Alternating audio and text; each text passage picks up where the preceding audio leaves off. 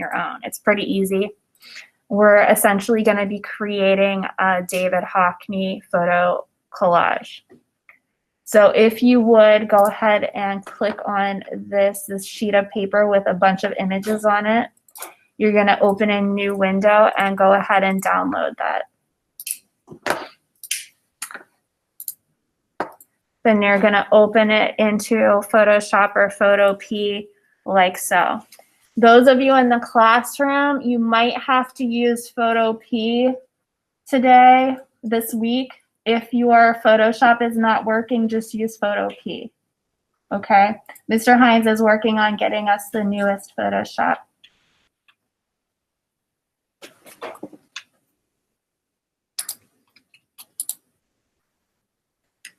So everybody download this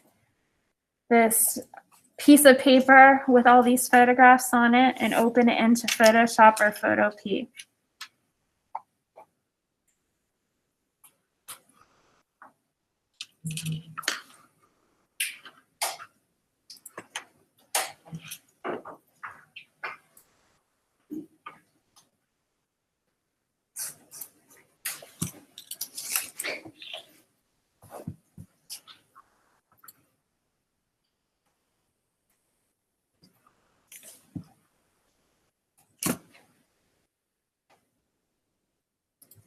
Tiki sleep.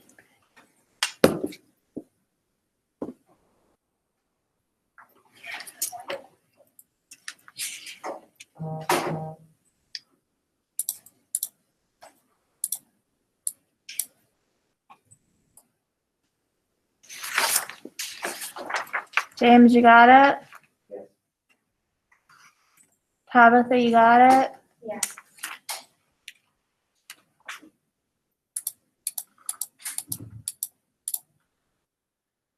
Cindy, I can't believe you're not here.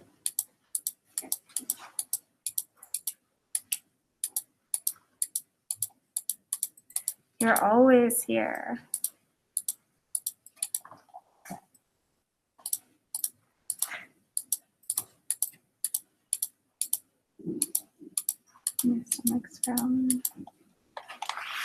Okay, anybody need more time? Okay, so now we're gonna create, we're gonna have two tabs open in Photoshop. You see, here's the one I already started. I'm gonna just close out of that one so I can just do it with you guys. So we're gonna do File New now because we're gonna be taking from this and building our project from this and putting it onto a new project. So we're gonna go File New. And we're going to use the dimensions that we use all the time. So make sure that you're in inches because I think we're most familiar with the size of an inch. So put your dimensions in inches. And then we're just going to go with our standard size of a sheet of paper. So approximately 11 inches wide and 8.5 tall.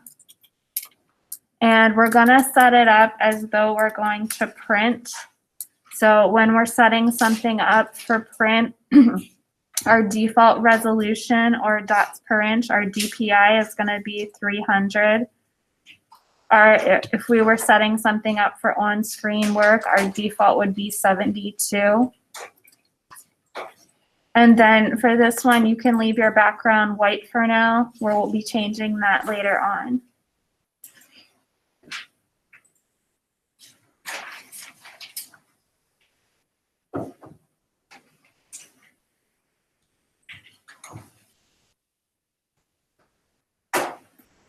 So once you have your settings in, click Create, and you should have a nice, clean, blank document ready to go. So you have two tabs, one with the images and one with the blank sheet.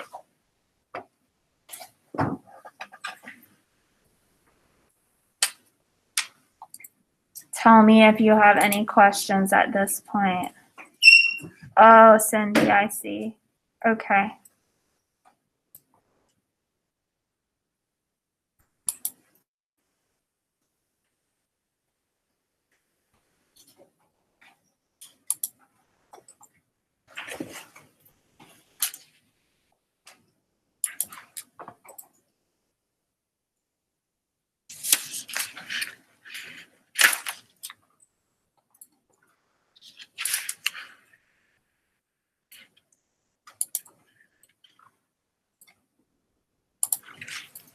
Okay, so are y'all ready? Now, this is pretty simple. You guys know all of this stuff. So basically, we're just utilizing the skills we already have. So we're going to start out, and we're going to just start with the first photo on the top left. So we're going to be basically putting this together into almost like a puzzle. So it's a photo montage or a photo collage, just like David Hockney did with the Scrabble game and his other photo joiners. You do have to use every photo on this paper. So that is kind of the big challenge. So how we're going to do this is you're going to select the second tool down, which is the rectangular marquee tool. So grab your second tool down. Then very carefully, you're going to click and drag to make a selection around the edges of your first photo. You could zoom in to make this easier for yourself. What was the last step? Did you get your new document open, Sienna? Okay, then you just grab the second tool down, the rectangular marquee tool. You click and drag to make a selection around the first photo on your page with all the images. Okay, so after we have, if you mess up, just deselect and do it again. So now we're going to the second step. What's the second step? What did you get so far, Mackenzie?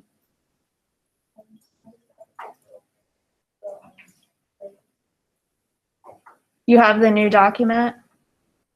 Did you do file new? 11 wide, 8.5 tall, white background, 300 for your resolution? You got that? So you just grab the second tool down, the rectangular marquee tool, click and drag to make a selection around the first image.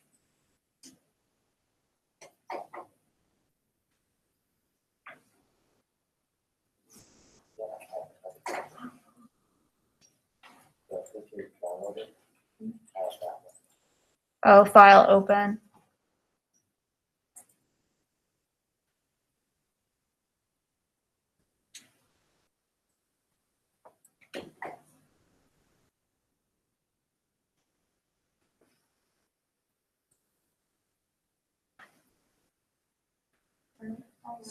You got it?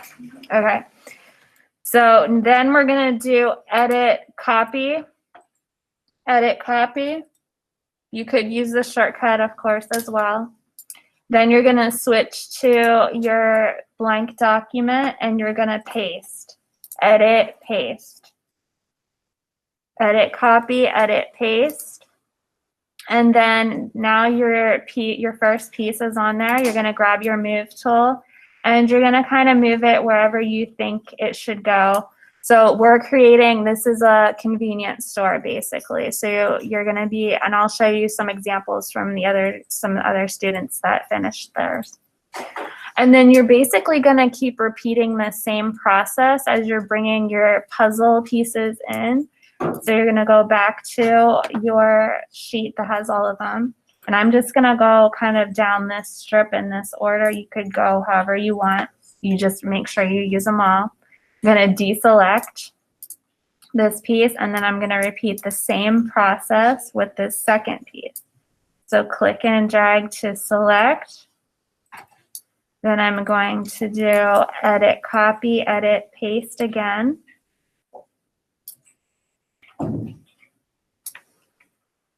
Edit copy, switch to the new project, edit paste. Now, a big key part of this is that you're gonna need to overlap. You have to use every single photo on this sheet, so overlapping is gonna be essential. There's many, many, many right ways to do this. So everybody's might look a little different. There is a wrong way to do it, but many, many, many right ways to do it as well. So here you can see I'm starting to kind of line it up. Now, if you need to rotate it or make your piece smaller or larger, you can also do that. And of course, you guys know that's under Edit, Free Transform. And then if I'm going to rotate this one slightly.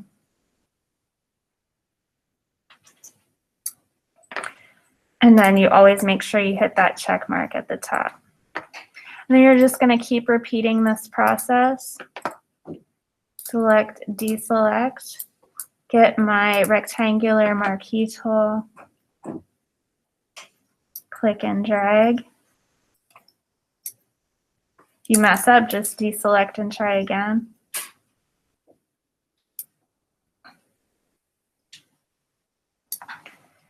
Edit, copy, edit, paste, grab your move tool.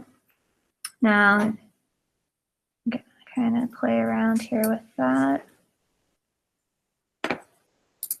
Edit, free transform.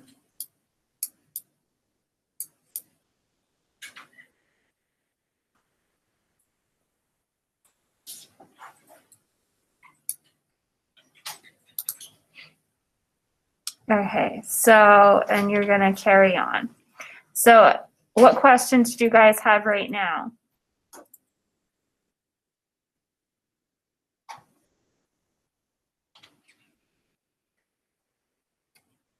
Pretty easy? Okay, let me just, as you guys are working, let me show you a couple examples of the finished product, and then I'm gonna show you a couple of things you can do to yours to make it pop and look a little nicer.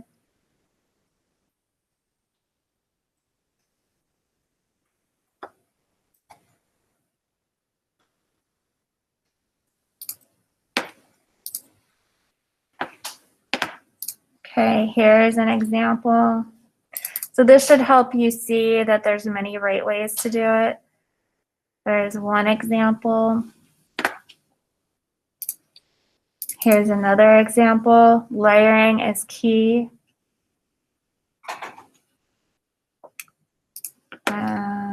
And here's another example for you. So you can see how all of them are done accurately, but they're slightly different. Okay, so then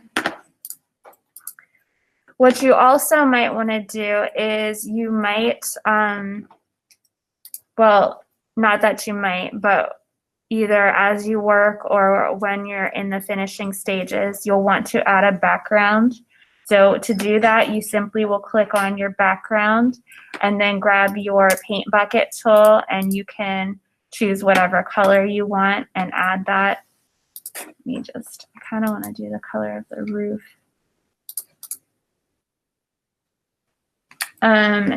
So you'll want to either do, you could do that now or towards the end. Also, you may want to add a little outline around the edges. So to do that, you would just select your layer, hit the little layer styles option at the bottom of your layer panel. It's EFF on Photopea and FX for Photoshop, and that's stroke. You could choose whatever color you want for your outline and whatever size you want. I just had mine on 10. And once you do it on 1, it's easy to apply that same setting to the remaining layers.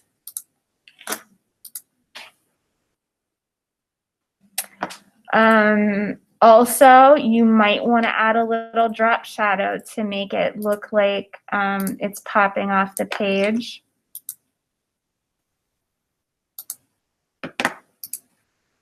Which these are all things that you're already familiar with.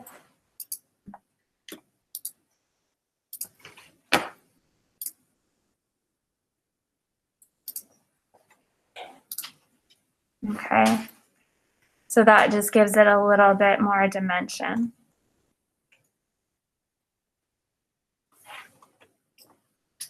What else? What else? Also, remember, you can, if you wanted maybe this piece to be on top of this piece, you can always switch swap the order of your layers just by dragging them around in your layer panel. So that's always an option for you as well. Does anybody have any questions?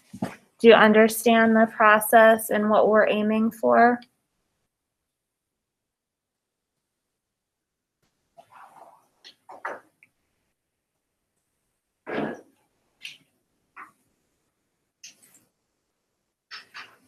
Okay, so yesterday I talked to you about the extra credit. So this gives you a pretty good idea of how you would approach doing your own extra credit. You would be essentially what you have here on this page would be like an example. You would take your photos of whatever subject matter you decided to do, and then you would bring the pictures in one by one into your project in Photoshop and piece it together using the same process. And I did want to show you while you guys are working, I have some more examples to inspire you if you're going to do the extra credit.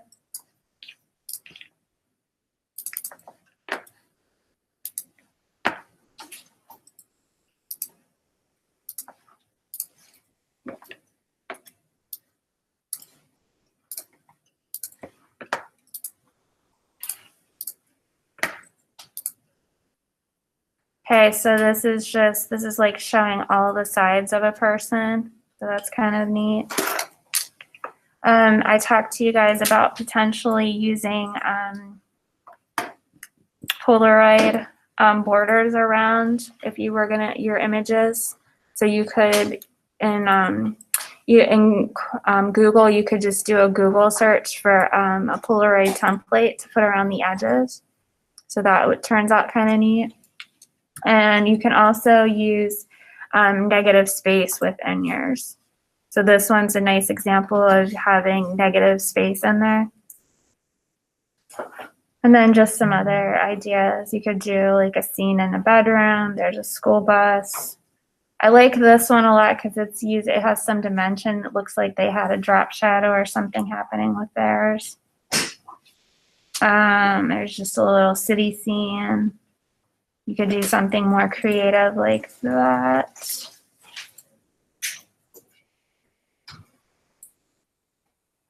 Okay, so those are just some more examples for you to give you some ideas for the future.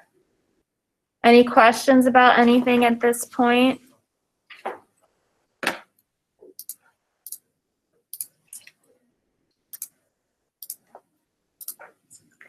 Okay, so I'm going to let you work. I'm going to stop the recording so I can post it in case you need the directions.